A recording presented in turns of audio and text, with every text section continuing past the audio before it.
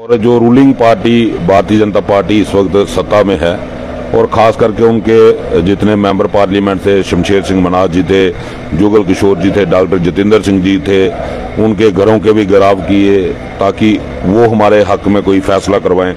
उसके साथ साथ 2 बार भाजपा कार्यालय का भी हमने घेराव किया ताकि भाजपा की लीडरशिप जो है वो कम से कम डेली वेजर के साथ इंसाफ करवा पाए। एक बार रविंद्र रैना जी जहां हमारे कम्प्लेक्स में भी आए जब हमारी भूख हड़ताल चल रही थी, लेकिन उसके बावजूद आज तक इस मसले का कोई भी हल जो है वो नहीं निकल पाया। यहाँ तक कि एलजी मनोज सिन्हा जी के पास भी हमारी 11 नवंबर 2020 को हमारी मीटिंग हुई थी जिसमें जुगल किशोर शर्मा जो तीसरी बार सांसद बने हैं जम्मू सीट से, वो भी मौजूद थे और रविंद्र रैना जो प्रदेश अध्यक्ष हैं भारतीय जनता पार्टी के। पर 4 साल हो गए उस हिसाब से तो मैम 4 साल नवंबर में पूरे हो जाएंगे, लेकिन उसके बावजूद आज तक कोई भी जो है डेली वेजर का मसला जो है वो हल नहीं हो पाया है। और आप खुद अंदाजा लगा सकते हैं कहाँ डेली वेजर को पॉलिटिकल मदद मिली है। पॉलिटिकल मदद अब डेली वेजर को मिल रही है। डेली वेजर को गुमराह करने का एक तरीका बनाया हुआ है। कैसा तरीका? एक मैनिफेस्टो कमेटी शायद भाजपा की तरफ से बनाई गई है। वो जगह जगह मेमोरेंडम ले रहे हैं, लोगों की डिमांड ले रहे हैं और वो लोग डेली वेजरों से भी बोल रहे हैं कि हम आपकी मैनिफेस्टो में डिमांड रखेंगे, भी आप भी हमें अपनी डिमांडें दो। कहीं वोट लेने का कोई तरीका तो नहीं है ये? मैम साफ दिख रहा है। 2014 से पहले 2013 में एक रैली हुई थी, ललकार रैली। प्रधानमंत्री नरेंद्र मोदी जी वहां मौजूद थे और हमारे जो इस वक्त सांसद हैं जुगल किशोर जी उस वक्त प्रदेश अध्यक्ष हुआ करते थे। इन्होंने ही मंच से बोला था और तब डॉक्यूमेंट भी मैंने प्रोवाइड करवाए थे इनको।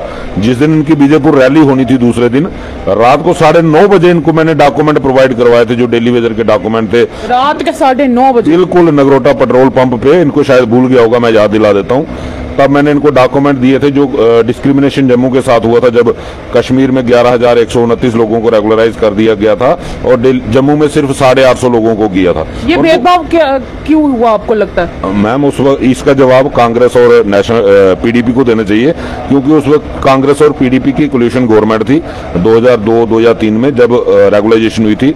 कश्मीर के लोगों से उनको ज्यादा प्यार था, उनको 11,129 लोगों को रेगुलाइज किया गया। जम्मू में 850 लोग रेगुलाइज हुए, लेकिन जितने भी जम्मू के नुमाइंदे सेक्टर के अंदर थे, जो एमपी एमएलए जो थे या मिनिस्टर थे, एक की भी जुबान नहीं खुली जम्मू के हित में। तो उसी चीज से हमें लगा कि भारतीय जनता पार्टी कभी सत्ता में नहीं आई है और ये जम्मू के हित के लिए लड़ते हैं, इनका साथ देना चाहिए। और हमने भरपूर साथ दिया। और जुगल जी ने जब ललकार रैली में वादा किया कि जम्मू की 2 ही बड़ी डिमांडें हैं, एक 370 को हटाना और दूसरा डेली 61,000 परिवार डेली वेजर का, इनके साथ इंसाफ करना। हमें मौका दे दो, हमारी सत्ता आएगी, चाहे केंद्र में आए चाहे जम्मू कश्मीर में आए, हम डेली वेजर को रेगुलाइज करेंगे। और डेली वेजर ने भरपूर साथ दिया बीजेपी का और भाजपा को पहली बार 3 एमपी मिले और 25 एमएलए जम्मू से मिले और उसके बाद भाजपा सत्ता में हिस्सेदार बनी। लेकिन डेली वेजर आज भी वहीं खड़ा है और आज 11वां साल चल रहा है और 11वें साल में आके फिर डेली वेजर को बेवकूफ बनाया जा रहा है कि हमें अपनी डिमांड दे दो, हम मैनिफेस्टो में रखेंगे, हमारा चीफ मिनिस्टर बनेगा, 1 महीने के बाद 1 महीने के अंदर अंदर हम आपको रेगुलाइज कर देंगे। भाई मैं एक सवाल आपसे पूछना चाहता हूं, जितनी भी बीजेपी की लीडरशिप है, भाई आज आपके पास क्या कमी है किसी ताकत की? आपने एलजी को फुल पावर दे दी है, आप सत्ता में आओगे तब भी एलजी मजबूत रहेंगे, आज भी वही एलजी हैं। आप एलजी साहब से डेली वेजर की रेगुलाइजेशन करवाइए, केंद्र से पैसा लाइए, उनको फंड से दिलवाएं, केंद्र से डायरेक्शन दिलवाएं और डेली वेजर को रेगुलाइजेशन करवाएं। कल भी तो यही होगा। आप एलजी साहब के बिना तो कुछ कर नहीं पाएंगे, क्योंकि सीएम डमी होगा, सीएम के पास कोई पावर होगी नहीं। तो इससे बेहतर है कि आप आज डेली वेजर के हित में फैसला करवाओ और कल आप वोट ले लो।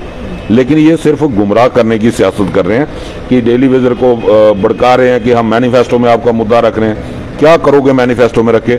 आपने डीडीसी के इलेक्शन में मैनिफेस्टो में रखा था, उसका क्या हुआ? आपने डीडीसी इलेक्शन में हमारे साथ एलजी साहब से वादा करवाया। आप पूछो ना एलजी साहब को कि आपने डीडीसी से पहले इनके साथ वादा किया था 11 नवंबर 2020 को कि हम डीडीसी के बाद आपके रेगुलाइजेशन करने जा रहे हैं, क्यों नहीं हुई? आपने कहा था हम पेंडिंग वेजेस के लिए विद इन डेज कमेटी बना रहे हैं, ये छोटे इशू आपके विद इन डेज हल हो जाएंगे। क्यों नहीं हुए? कम से कम पूछो तो सही, आपके भेजे हुए हैं। देखिए एक चीज और भी है, क्योंकि हमने कई बार देखा है जब आप प्रदर्शन करते थे भारतीय जनता पार्टी के मुख्य कार्यालय के बाहर, तो रविंदर रैना खुद आके बोलते थे कि जितने भी डेली वेजर हैं ये सारे मेरे भाई हैं, मैं पूरा प्रयास करूंगा कि ये जो समस्या है इसका समाधान हो सके।